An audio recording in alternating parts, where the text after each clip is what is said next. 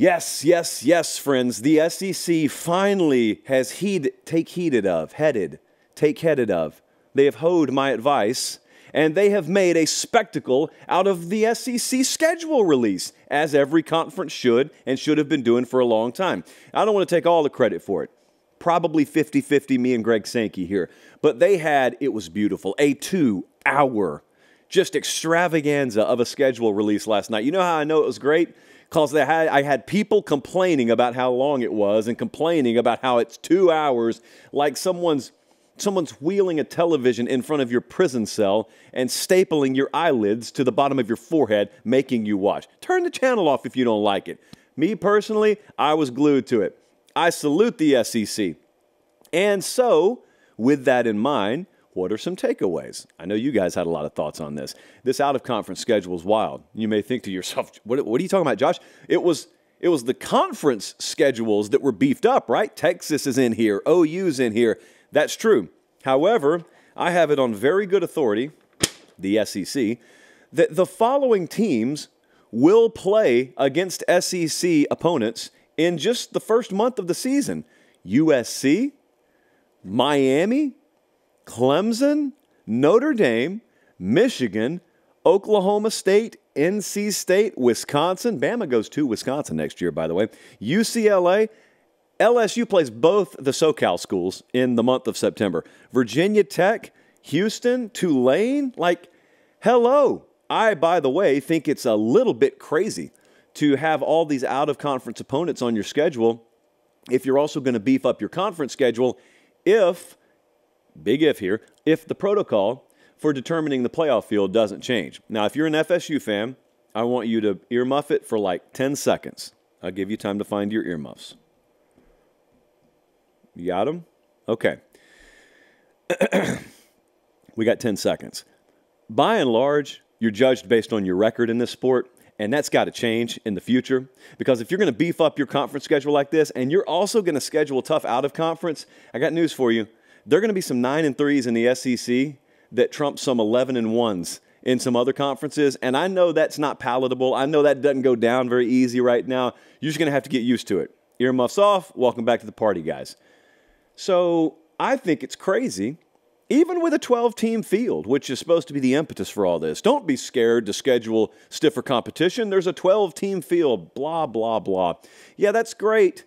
And if you understand that you better have room for maybe a fringe 8-4 team if their strength of schedule is tough enough to be in that thing. As long as you understand that, we're cool. But the moment you bang this increased your strength of schedule drum in August, and then in December you're screaming at me, well, you are what your record says you are. No, not interested in that. I'm interested to see how that plays out, though, because nobody loves marquee out-of-conference games more than me, as long as strength of schedule is properly interpreted come December. And I've got some wild thoughts on how December could look down the road a little bit later in the show.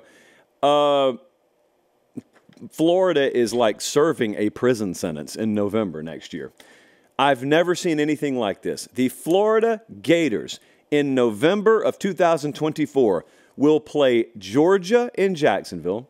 They will then go to Texas the very next week, home versus LSU, home versus Ole Miss, and they'll wrap up the year at Florida State. Could I just remind you of something? If those teams right there played Florida this year in that order, they will have faced essentially 5 playoff teams at the end of the year. If we're in a 12-team field, which we're going to be in moving forward, that is wrapping up your season with 5 playoff teams in a row. And here's what I'm talking about. Here's where rubber meets road. Now, I don't think Florida's going to be a playoff contender next year.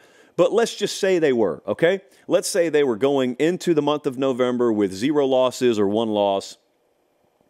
And let's say they go 1-4 in November. Let's say it's close games, they're competitive, but they go 1-4. How are you going to judge that? You're going to just be, you are what your record says you are, or are you going to understand there's probably very few teams out there that could have done any better than 3-2 against this.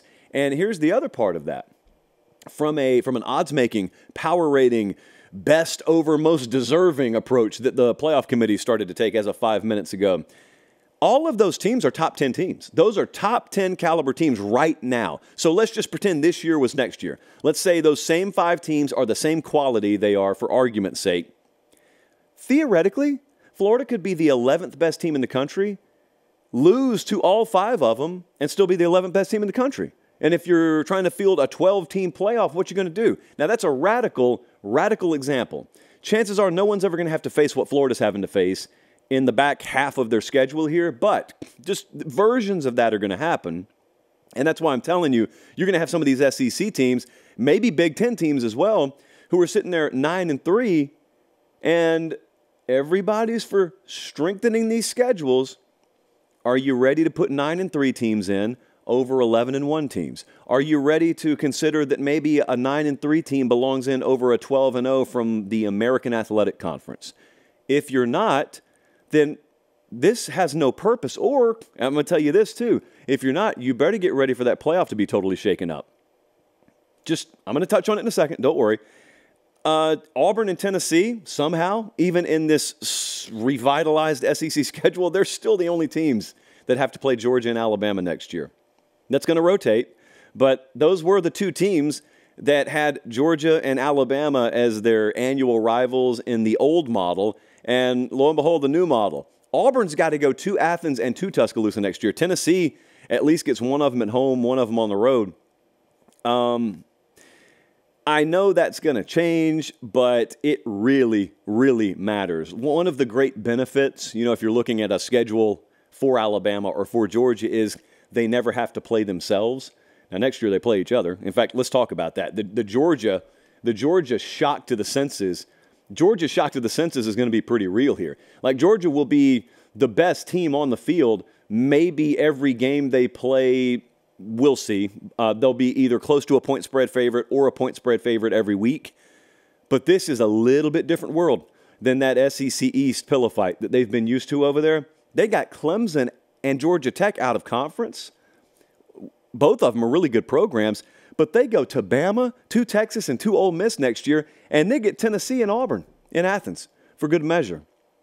Again, they're very much equipped, and they can handle business just as much as anyone else could.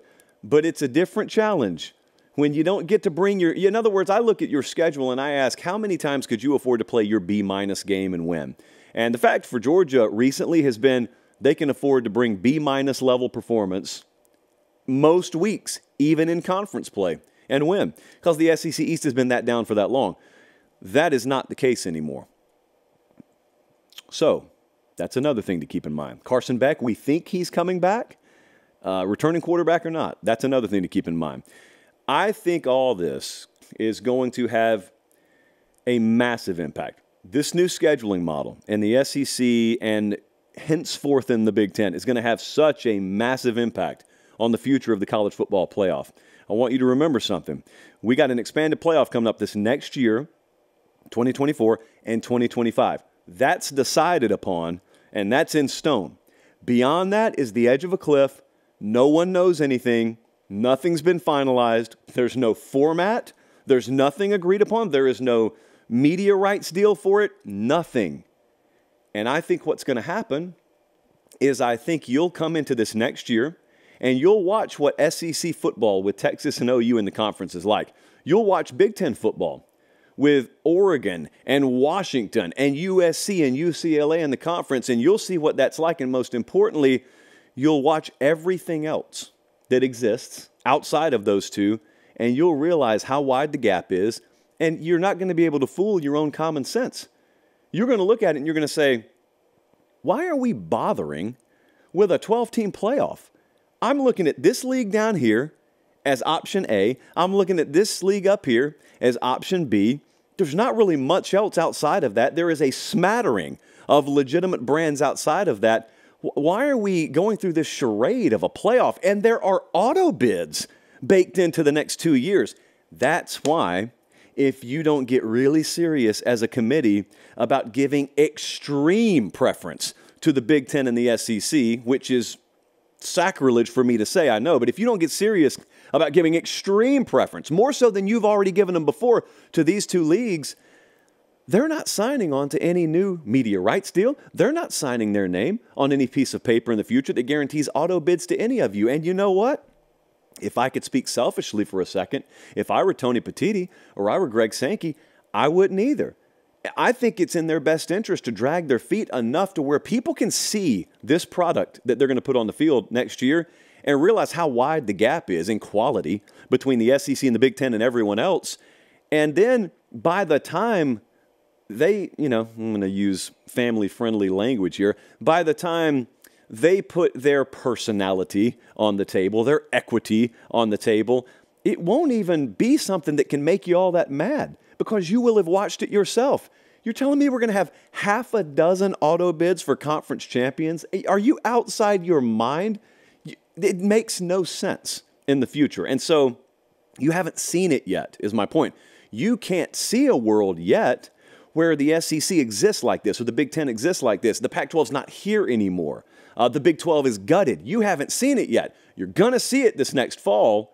And all of a sudden, I think, like a lot of other people behind the curtain have known is coming, the general college football public will finally be made aware that it's insane to have a playoff structure like that in the future. What sense does it make? And from their perspective, the Big Ten and the SEC, if you do try and play hardball with them, they'll just take their ball and go home and have their own playoff. And that leads to self-governance, and that leads to a lot of other things that are probably coming in this sport anyway. So anyway, I don't know how it's going to shake out. I got my feelings just like you do, but this new schedule and the two structures of these new leagues are going to go a long way in determining the future of this sport.